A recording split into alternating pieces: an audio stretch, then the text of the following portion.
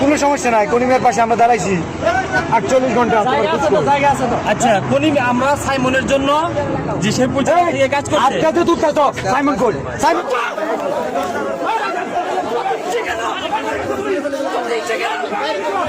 এবার যেন স্টিক দিয়েই বিল্লালকে মারতে গেল নাসা।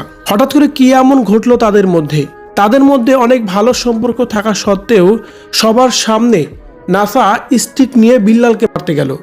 যে বিষয়টি জানলে যেন সত্যি অবাক হবেন আপনিও ভিউয়ার্স।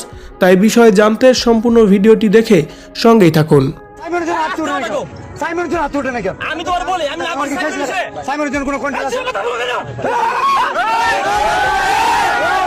বিল্লাল, যিনি হচ্ছেন বিল্লাল ভাই নামেই পরিচিত।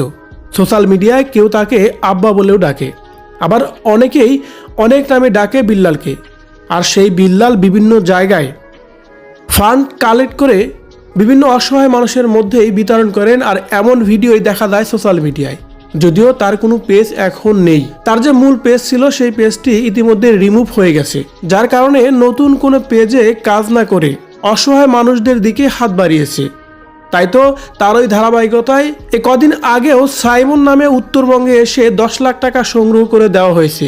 আর সেই সবের ভিডিও যেন রীতিমতোই সোশ্যাল মিডিয়ায় ভাইরাল।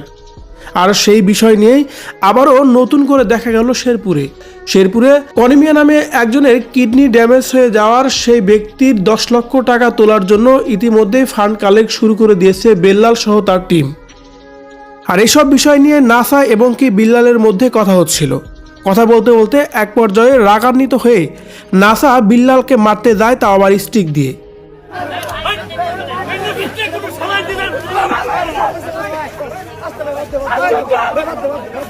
আর স্টিক হাতে দেখে বোঝাই যাচ্ছে যে নাসা পরিকল্পনা করে এসেছিল বিল্লালকে মারার জন্য, যার কারণেই অল্পতেই রেগে গিয়ে বিল্লালকে মারতেও যায় সেই মুহূর্তে।